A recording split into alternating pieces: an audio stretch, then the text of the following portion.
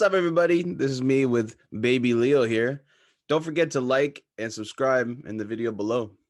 Say hi, everybody. Say hi, Leo. Say hi. Thank you for watching, guys. To Tectonic Takes. I'm actually here with a really special guest. I'm here with Charles from Black and Azul. What's up? How you doing? Thanks for coming on. This is a blessing for me because I'm a huge fan. So what's up? Oh man, I'm good, and thanks so much for having me on. Just a lot of gratitude to be here today with you, and love your guys' work, and thank you.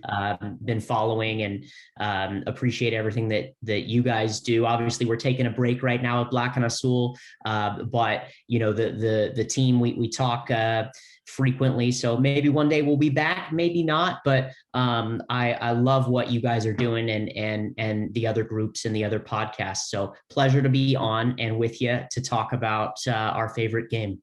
Yeah, I appreciate all those kind words. And yeah, man, the Quakes community today is awesome. And you guys helped pave the road for that. So again, without Black and Azul, there's no us. So I'm truly grateful for everything you guys have done in the past for the Quakes community and just for Quakes media in general. But we decided to do a little bit of, since I was saving the big guns for the mid-season review, I brought you in now to talk about the earthquakes and didn't, you know, I saved you from the season preview. So let's get a little mid-season review in. Are you okay with that?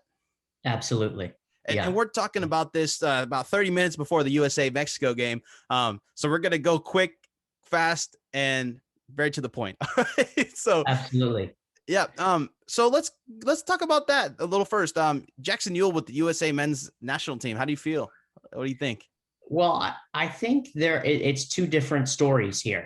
I think with the Quakes, he has all the license in the world to really do whatever. Yeah.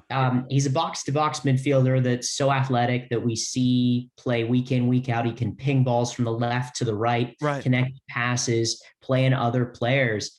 And he's Almeida's guy in central midfield. And when Judson is healthy and they can get both of them together, I think the midfield balance, which we haven't had the chance to see, will be there for this club, for this side.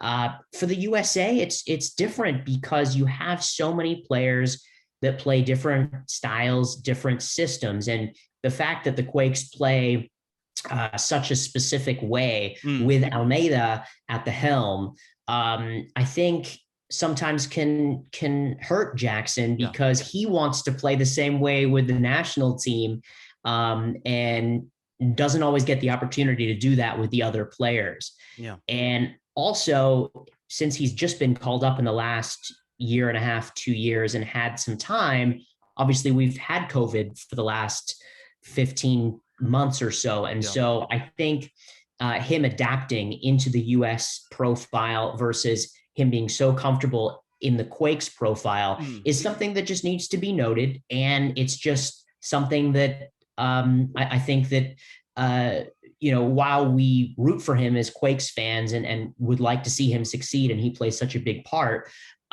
it's just something to note when watching the men's national team. Yeah. And you know, it's crazy. Us Quakes fans seeing all the hate on Twitter, man. Oh my goodness. They just don't like anybody out of San Jose, right? So that's how the sentiment is, right? Well, I think because of the fact that he's not in Europe yet, and there's so many European players called in, and he plays such a key role in central midfield. I mean, you're a central midfield player, right, for the U.S. men's national team. That is a great honor. Yeah. And again, I think the Quakes are easily misunderstood. I think that the Quakes, for people that don't know the Quakes, some of them will never want to do the work or educate themselves about Matias Almeida or about the way that they play or about the way that Jackson has come from basically a boy to a man in central midfield, in that heart of central midfield. And so, you know, there will be folks that do say that because they simply just don't get it and they don't see him week in, week out. I think that's really where it comes from. Yeah. But that shouldn't be an excuse, obviously. But that's not to say in your first question there, I think Jackson can do it and can be an integral piece of this. And, you know, I know there's a little bit of rumors swirling his future. And I think that fans, while they would love to have him at the Quakes, I think maybe the next step is a European side for him, and maybe a big transfer fee for the Quakes. Yeah, and at the end of the day, if he was in a European club right now, he wouldn't be getting the hate he's getting. And I think that's the root of this kind of MLS hate, because Leggett gets the same thing, and Leggett scores goals for the US. So it's every mistake that an MLS player makes on that lineup is magnified because they play in MLS. So I think Jackson will eventually make that next step along with other Quakes like Kate Cowell. It's okay, guys. I mean, they're Quakes for life, always going to be Quakes, and you want to see them excel in the highest possible point in their career. So it's going to be bittersweet, but it's going to be really sweet. So guys, be ready for it. Eric Rometty and Judson pairing from Charles. You heard it here first. But no, definitely this is going to be a fun game coming up. I hope the US win, and I hope that Jackson Ewell does get a part of this US men's national team that's mainly European based for next years to come. All right. So the next kind of question, we're going to go a little more to the Quake side of things. This team has more talent than last year on paper. Do you agree? Yeah, I do. I do agree. And I agree because they had a long off season, but I don't necessarily think that the preseason regimen was potentially up to par. And so they had that, they started well, and now it's in a bit of a slide. They are streaky, but I do think that they are better on paper. I mean, you just look at Chofis Lopez, you do see that he has really come into his own in that number 10 position. And it's awesome to see that the fact that here's a little guy that could playing in that number 10 spot, and you can't not root for him. And he's scored some absolute bangers already. And his link up play is decent. I know he's been withdrawn a few times, and I know you guys talked about that on the last pod. I do also think that he might be able to go 90. But if he isn't, I think having an Energizer Bunny to replace him for 15 minutes right underneath is ideal. But I think he's been a great link-up play. Seeing Beeson at the center back spot solidify that has been not only an important piece for Almeida because he is a left-footed center back, but he's technically a local guy because he went to Stanford, even though he's from North Carolina. He did actually play at SF City FC, a club that I'm involved in and commentate. But this is a guy that you drafted, and he's starting to be in the side. I think Marcos Lopez is now finally still being able to get his growth in. Rometty as a cover in central midfield is also a good sign. The fact that Cade is getting more minutes is also important. Abakasis has filled in on that right side well. And I would say, even though the Quakes didn't start with JT as the goalkeeper last year, and they had Vega start and replaced him just around the mid-year, having JT even though there has been a little bit of pressure on him and playing out of the back and a mistake here or there, and not qualifying for the Olympics, it's almost like a fresh new signing at the goalkeeper spot. So you kind of have to remember that. But on paper, they are better than they were last year. We'll see if the results happen. It is a streaky team, but I do think that the results are coming. And that's because Judson, who in my opinion is a top 3 player in this team, that is the human metronome, if you will, the N'Golo Conte of MLS. He and Jackson have had such a formidable partnership. It's not just a partnership, it's a formidable partnership. And having Judson sit in and prevent counterattacks, having him really dictate, allows actually the Quakes to almost play with the back 3 at times. And he sits in front almost as another center back, and then able to get those outside backs really, really high up the pitch, and then allowing the midfielders to push even higher. So you have even more lines for Matias Almeida to work with, which is a very Argentine coaching tree thing from Bielsa, handed on down to the way that Matias Almeida coaches. Yeah, and we saw last year Tommy Thompson almost go to the end line, right? So we haven't really seen that this year out of Tommy Thompson, because I think, like you said, they're scared of having to track all the way back and getting beat on that counterattack like they have before. But yeah, now that I'm thinking about it, I haven't seen the wings or the wing backs or the outside backs push forward as far as they did last year. And that's a nice little tidbit that you brought up there, because that's completely true. Tommy Thompson had a couple of assists last year, so, and he had a great link up play with Espinoza on that right side. So definitely that's something that could be missing. Eric Remedi's a great player, just possibly not the right fit for this type of organization and system at the time.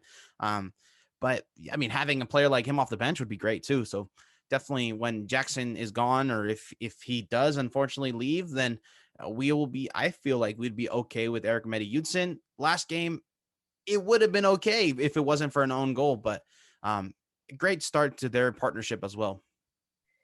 Yeah. I think with Eric Remedi, you get kind of a ball winning player, but once he wins possession back, what does he do with it after? Right. Is he in traffic? Is he going to be dispossessed?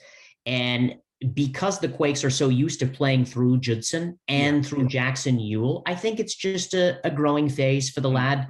Again, a new signing. He's going to take time because Almeida demands so much of his central midfield players, specifically Jackson and Judson. There obviously is going to be the pressure there. It would be interesting to me to see if Almeida were to pick all three of them at some point. That would mean Chofis wouldn't get as much of a chance. That wouldn't necessarily mean Chofis is benched. You could play him as a winger technically if you had a good outside back to help cover defensively if he doesn't have the pace. But it would be interesting to see if Jackson, Judson, and Eric Remedi were all paired in a three in central midfield. Yeah, and I'm starting to be on the camp where maybe I would like to see that as soon as we can, because if we can get a solid lineup with all three of them in there, why not? Maybe moving Chofis to the wing, like you said. I was thinking about that earlier this week. Like, hey, we haven't tried Chofis at the wing yet. Pairing him with someone like Marcos Lopez on that side, or I think would be able to cover him. And then unfortunately, Carlos Fierro would come off the bench, but hey, if we can find a winning formula, and these guys, because of the COVID rules, right, we're allowed a little more subs than usual, we can still get a lot of production out of these guys, even though they have big price tags. And if they produce what we need them to produce in those 15 minutes at full go, like an Energizer Bunny, like you said, perfect, right? So definitely exciting tactics and lineups that we possibly see at the remaining of the season. And Charles, what is the lineup that you want to see? I guess this is one of the questions I had. Is that the lineup you want to see? Wow. Good question. Really good question. As folks know, who really know me, I'm more of a play-by-play guy, and I don't really select as much. But I think there is something interesting here that we don't get a chance a lot to talk about. Is Cristian Espinoza is such a talented player. Definitely. When he doesn't have a good game, he's also the DP of this team. What do you say? What do you do? And so far this year, we haven't seen the best out of Cristian Espinoza. I personally would enjoy seeing him just underneath a striker, a target striker. Yeah. And I haven't seen it yet. I just want to see it for 45 minutes. I just need to see it, because you can have a Cade or maybe a Wando win a ball at the 9, the center forward position, and they can win second. Cristian Espinoza can win a second ball and be pretty brilliant about it. We've seen his intelligence. We've seen how brilliant he is on the ball, and getting in little spaces. Again, he's not going to be the biggest magician on the ball potentially, but he does have some good things in his toolkit. So at some point, I'd love to see Espinoza kind of underneath the striker at some point. And you could throw out some of these other deserving wingers like Siad Haji, like you guys were talking about on the last show out there. And just to solidify the wings up and down. And you can even have Shea on the wing and start there and enjoy his spot. But as you guys had said on the last pod with Ivan is I think there will be some tinkering up definitely. there. And I also wouldn't be opposed to having Cade as a 9 and Wando underneath. Yeah. Him a little bit. But then again, it's like, where do you put Chofis? Yeah, that's the question. If you're gonna make a change to Chofis's position, so maybe Espinoza continues to rotate from the left to the right, and maybe just plays a little closer to the striker, and maybe you tactically you have your outside back push and almost play both as an outside back and a winger, because we need to get Espinoza involved a little bit more. Definitely. That's huge. And with Judson obviously has to be restored to the lineup as soon as possible as well. For me and Marco Lopez when he's ready. In terms of Alanis and Beeson, I think it's actually kind of a toss-up for me. I love the adventurous side of the Mexican. I love Alanis's and when I mean adventurous, I mean the fact that he takes free kicks, he hits penalties, he wants to get involved. He kind of has a little bit of a different composure than the rest of the team. I think you can see that. He's always focused, and so I really enjoy him there. But who knows? Any center back partnership's going to help. But Judson needs to be in because he's going to be in front of that back four, protecting that back four. That's his job. That's what he does. He prevents counterattacks. And then once they win back possession, instantly in his feet, and then he turns and he plays the ball out. Right. So what I have to say about with Alanis, until someone gets a penalty and grabs the ball right away, like a Magnus Eriksson, where they're the guy, they're taking that penalty, I want Alanis out there. If Wando's coming off the bench, Alanis needs to be out there to take those pens. And unfortunately, Magnus Eriksson was just a G. Like, he would go grab that ball and no one's touching this penalty from me. And he deserved that because in Sweden, he banged in like a whole bunch to get those 29 goals that one season. But again, until someone becomes that, Alanis, in my opinion, even if Tanner Beeson is great, he needs to be out there to be kind of like that adventurous side, like you said. And with Judson out there, we could probably see a lineup like that, Charles, like you're saying, with maybe Espinoza starts at the left or the right, but in reality, he's playing right underneath Cade. And Cade does a great job with probably stretching out those kind of, center backs with his speed, right? So that could create some space. And we do need that DP on the ball as much as possible. And with the power that Espinoza can get behind the ball, we could probably see some golazos if he's in the middle of the field all the time. So again, I love that suggestion. That's a great suggestion. I want to see it too, to be honest. And then maybe move Chofis off to the side and have the cover, like you said, right? Like you said, Marcos Lopez. And I have one more thing to say about Marcos Lopez. He always comes back from Peru playing great. So expect Marcos Lopez to bounce back finally, because whenever he plays with that Selección de Peru or the national team of Peru, he always plays, I hate to say it, guys, but in Colombo, they play a higher level of soccer, and he plays teams like Argentina, like Uruguay, Brazil, Colombia even. And these guys are faster, they're quicker, and they have some sort of sauce or some flavor to their type of play. And he always comes back knowing how to defend against that. So again, Marcos Lopez is going to come back as a lockdown player. Sorry, Charles, for kind of cutting you off, but I loved what you said. I thought it was great. Perfect. Well, I love what you said, and I agree wholeheartedly. And having a player like Marco Lopez in the side only benefits this Quakes team. You want to talk about the amazing signings or the excellent signings under Matias Almeida?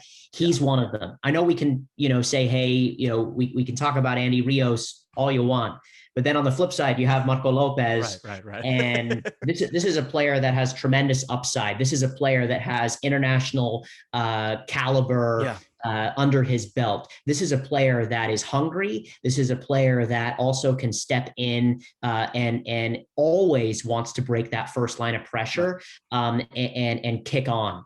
So that's what I see from Marco Lopez, and I love it. And the fact that he's consistently called up for Peru, which at the same time is also not just a South American footballing side. It is a team on the rise in South America as well under Gareca. They have been absolutely superb, and for fans that love the kit, because the kit was such a hit a couple years ago at the World Cup, for their first World Cup in quite some time. Here's to hoping that not only are they going to have a decent Copa America if it happens, but also qualification for the World Cup at the same time, and that Marco Lopez could be part of that team. Yeah, so I have a little bit personal thing. So here in Japan, Peru's national vote was yesterday, and you can tell the passion in these people. When they would go to vote for their country, they were all rocking their Peruvian national team jerseys. And I was so flabbergasted by this. I was like, wow, like, look at this pride of this country where they're not even in their country and they're taking the time to put on their shirt of La Selección or La Roja and to show that, hey, this is a unity to go vote for our country. So that pride and that sort of urgency that the people have translates to the field. And Marcos Lopez has some sort of just, I guess, out of body experience every time he goes to Peru and plays, because it means a lot to these people, and it means the whole world, just like any club in South America. And with that said, Copa America is coming, baby. Hopefully it happens. Charles, what do you think? I know I'm really excited. We're going to be talking about it. What do you feel like this Copa America is going to happen? Is going to be in America? Ooh, that would be a great one, right?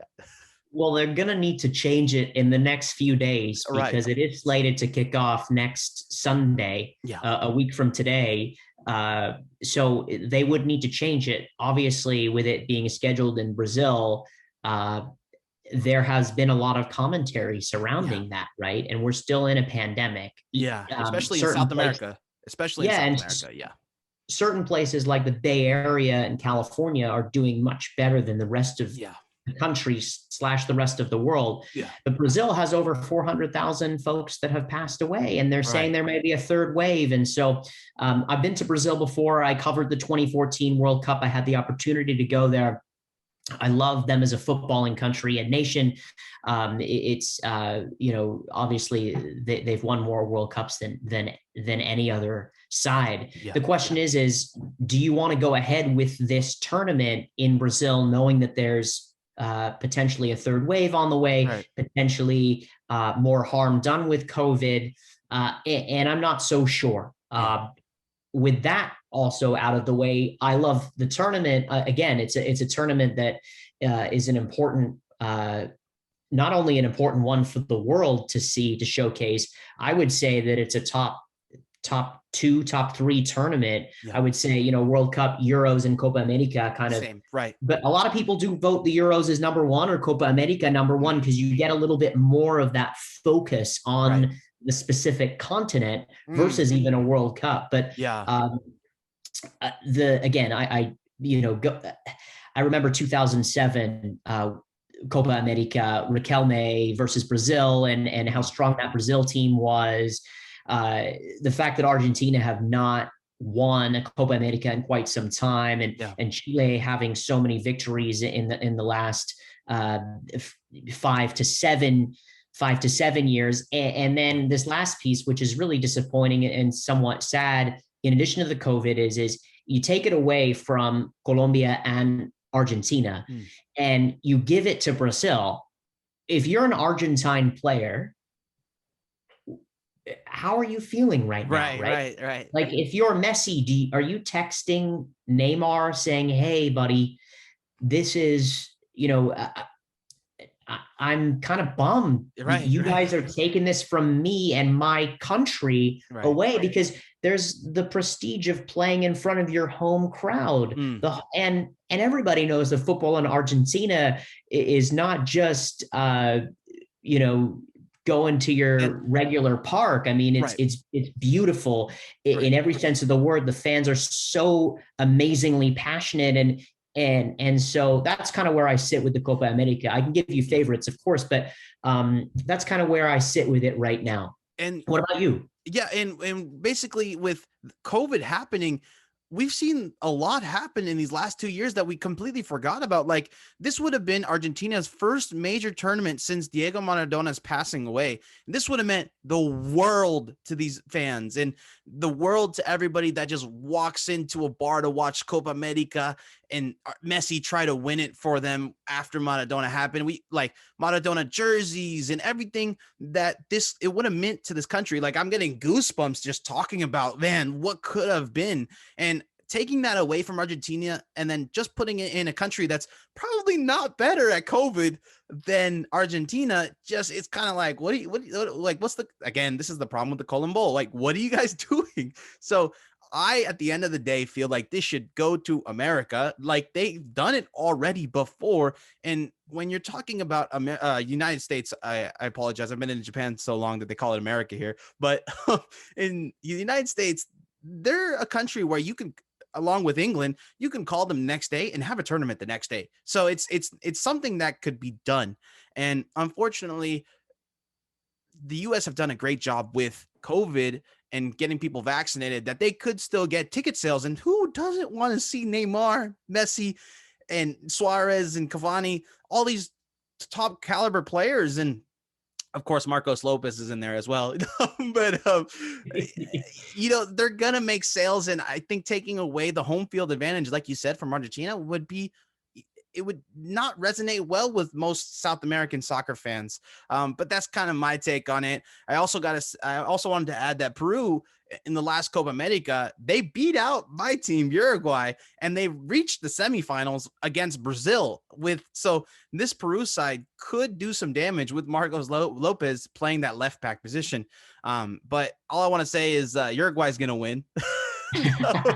But I hope it happens, and I would be really, really tempted to go back home if it's in the United States. So I'm excited for it.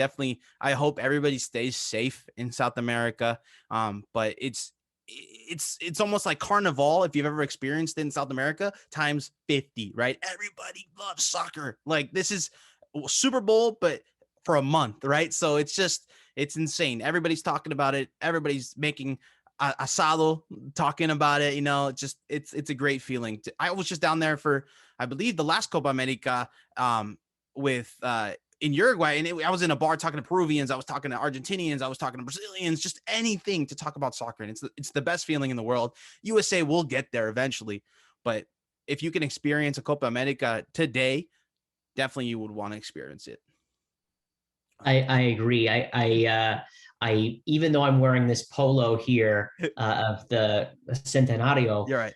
It was actually handed to me by a friend who happened to volunteer at Levi's for I believe the USA Colombia game. Yeah, I was there. Right? So I also think that a lot of folks unfortunately took the Centenario for granted, and along the lines of your comments. If you get the chance to experience a Copa America, go. Yeah. If you can. Just like a World Cup, right? If you get to experience the World Cup, to go to a World Cup, definitely go. But like the Euros, like you said earlier, the Euros and the Copa America, they are able to magnify the smaller countries. So like Iceland in the last Euros, or Peru in this last Copa America, these countries possibly, because it's so hard to qualify for the World Cup, right? If they don't make the World Cup, but they can make something happen out of their World Cup, which is the Copa America, it's a great story. It's a great thing to follow as a neutral. This is something you want to watch and be at. Yeah, and what's also interesting about it with COVID and everything is, I'm not sure if folks know, there were a couple of World Cup qualifiers for CONMEBOL this week, which technically were almost warm-up matches for a Copa for this, which it's I mean, I get it, it's COVID, everything's kind of truncated right now with the international football and club football. It's almost like, well, I think we almost kind of have to pick one. Right. Do we do club football and do it really well? Or are we doing internationals? Because even for CONCACAF, you're now starting to go into a World Cup qualifying cycle with 3 games in that break, which for some teams that can really get the synergies together and build that unity, I think it'll be beneficial. Yeah. But for other national teams that are not used to that, Yeah. that's a little strange. And here you have Brazil that kind of labored against Ecuador the other day. They did win 2-0, Richarlison scoring in that second half, and Chichi kind of tinkering with things. But, imagine you're Ecuador and this is your first game since November and you're right into a World Cup qualifier. Yeah. And then you have to play Copa America. It's, it's a little, you kind of have to take a step back and breathe and say, should we be playing this right now? Yeah.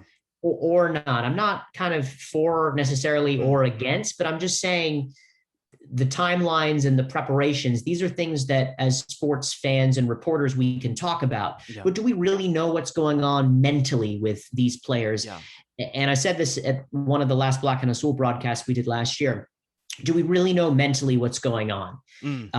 Are their families okay? Are they thinking about their families? Is everything okay in their world mentally? Because we expect them to perform at such a high level, but we don't always expect them mentally to be present and on. They may be thinking about something else that's going on. And so there's, again, so much going on in the world politically as well at the same time with this, pandemic. And so it's just kind of, let's just do the numbers together and put out the facts of what's going on. Some players will reveal more than other players. So that's kind of how I see it. And some coaches will reveal more than others. Like for let's say Matias Almeida. And in your comment that you just said that we're so accustomed to the players being able to perform at the highest level every single game. I think as American-based fans, we are accustomed to that because of players like LeBron James or players like Tom Brady, where they're just always thinking about the sport and they don't have problems. But in soccer, it's really kind of a different animal because soccer is, I want to say, life to them. So it's more like culturally thinking about the sport. Like, because Tom Brady can go home and not think football, but in soccer, you can't really do that. You got kids playing down the street, kids playing on the street with no shoes. So it's a different kind of animal because soccer really is everywhere you look in these countries, where Tom Brady or LeBron James, they can probably go a day without seeing basketball or football. And so the mental aspect of the players that play every single game in soccer really does have an effect on their outcome on the pitch. And I just thought about that. That's a great thing you brought up, because at the end of the day, we're, as American fans, so accustomed to these great athletes just always thinking their sport, because I don't think they really have to live that life every single day. Mental health. We don't talk enough about it. We don't do enough about it. And we need to. And you're starting to see more activation, more empowerment around it. There is no stigma around. I mean, there is a stigma around it, but there is no stigma in being able to talk about things, being able to process things, being able to see if you're able to go into group therapy or be able to get a therapist, or, talk about your feelings. We talk so much about the physical sides.